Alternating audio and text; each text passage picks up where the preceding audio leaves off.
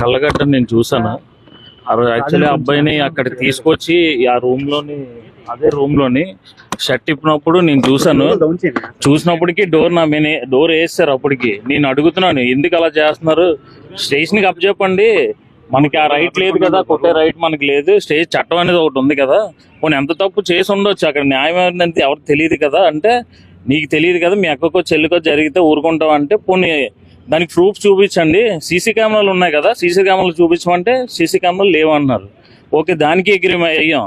నేను ఒక 20 మందిని మా బ్లింకిట్లో నుంచి పిలిచాను, నేను ఒక్కడనే ఉన్నాను కాబట్టి. అన్న వద్దన్నా ఎప్పొద్దన్నా అంటే అప్పటికి బెల్ట్ తీయించారు. నేను అడిగితే వెనకాతలు పెద్ద వాళ్ళు ఉన్నారు, నువ్వు ఆడితో పాటు వెళ్తావా అని అడిగారు. ఇప్పుడు మాలాంటి వాళ్ళకి ఇదే బతుకు, ప్రతిసారి ఇదే జరిగితే మాకు ఎవరన్నా రెస్పాన్సిబిలిటీ చెప్పండి? మాకు ఇచ్చేదే 20 రూపాయలు అన్న ఆర్డర్కి. ఇలా అయితే ఎలా అన్నా? దీనికి ఈరోజు న్యాయం అయితే జరుగుతుంది, నీకు కాదనట్లే. అంత దారుణంగా కొట్టాడంటే ఆఖరికి నేను ఈ డోర్ వేస్తే గేట్ దూకడానికి ట్రై చేసినా నా వెళ్ళలేని పరిస్థితి నాది. నేను ఎంత రిక్వెస్ట్ చేశానంటే వద్దన్నా, కొట్టొద్దన్నా, బతిమాలుతున్నా కూడా అబ్బాయిని కొట్టారు. కర్ర అయితే ఇరిగిపోయింది మొత్తం అంతా. మేమంతా ఫైట్ చేస్తే ఆఖరికి నేను ఒక 30 మందిని మేము అలా తెచ్చుకుంటే అప్పుడు వాళ్ళు కంట్రోల్ అయ్యారు. వాళ్ళు కూడా లోపల పని మనుషులు వాళ్ళు కూడా మాకు బాగా సపోర్ట్ ఇచ్చారు.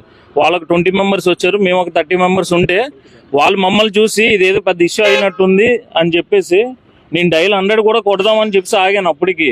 అప్పటికే వాళ్ళు పేపర్లు ఏవో రాయించుకున్నారు. పేపర్లు రాయించుకుంటే ఓకే వదిలేస్తున్నారు అనుకున్నాం, కానీ మరి అంత ఘోరంగా అబ్బాయి హాస్పిటల్లో జాయిన్ అయిపోయే వరకు వస్తుందని అయితే మేము ఊహించలేదన్న.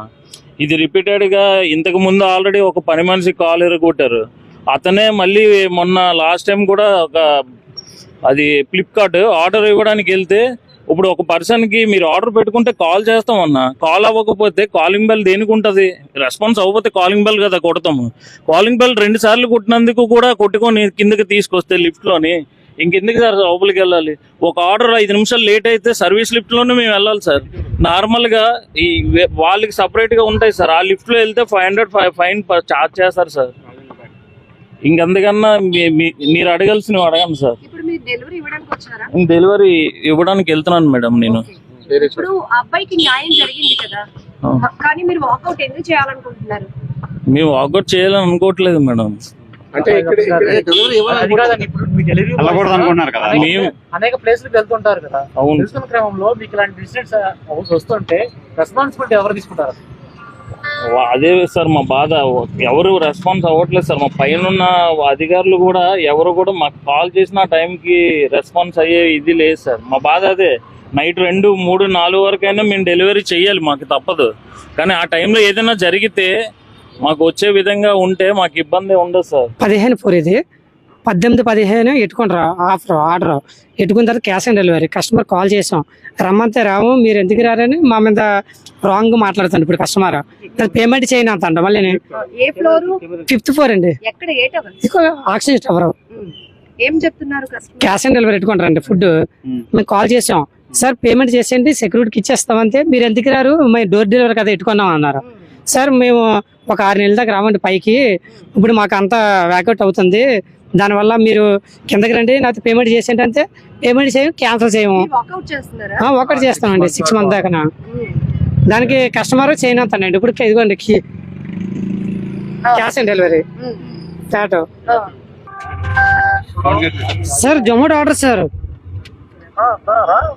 సార్ పైకి రావడానికి అవ్వదు సార్, సెక్యూరిటీకి ఇస్తాం మేము.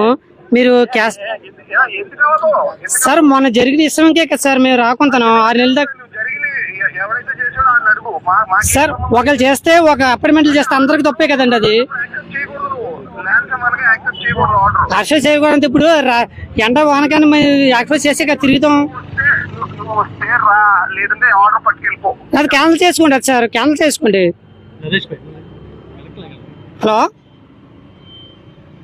హలో సార్, క్యాన్సిల్ అని చేసుకోండి సార్. ఒక కంపెనీ అండి, ఒక కంపెనీ అయితే రావాలి కదా.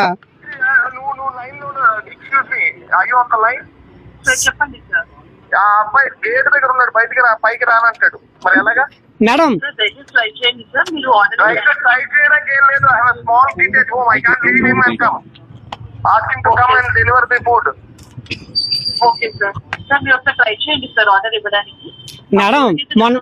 మేడం నేను చెప్పింది ఒకసారి ఆలకిస్తారా?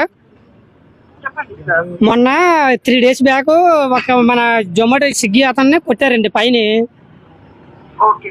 దాని వల్ల ఇప్పుడు మేము ఎవరో వెళ్ళలేదు. జొమాటో స్విగ్గీ మొత్తం మన స్విగ్గీయా జొమాటోనా కొట్టింది? సార్ ఏదైనా ఒకటే కదా, ఒక పోయే కదా సార్. జొమాటో అయితే స్విగ్గీ అయితే సార్. నువ్వు ఆగమ్మా. జొమాటోనా సార్ అంతా ఒకటే. జొమాటో స్విగ్గీ ఏంటండి అంతా ఒకటే కదా మీకేం సంబంధం? జొమాటోకి ఏం సంబంధం? స్విగ్గీ వాళ్ళకి సార్. మేము 2 లాగిన్లు అంతాం. ఒకటి ఇప్పుడు ఆతలోడికి జరిగినప్పుడు మాకు జరగదని నమ్మకం ఏంటండి? జరిగింది జొమాటోనా స్విగ్గీయా? స్విగ్గీ జరిగిందండి. ఎవరో మా ఫ్రెండే కదా అతలోడు. వాళ్ళు ఎవరో ఏదో చేస్తే మాకేం సంబంధం? నువ్వు ఇలా ఆమె కేసులు పెట్టుకో సార్. మీ అపాయింట్మెంటే కదండి, మీ అపాయింట్మెంట్ కాదా? అతను ఎవరో తప్పు చేస్తే అందరూ బాధ్యత ఒకలే కదా సార్. ఇప్పుడు ఒకళ్ళు తప్పు చేసినా అందరికీ ఒకటే రూల్స్.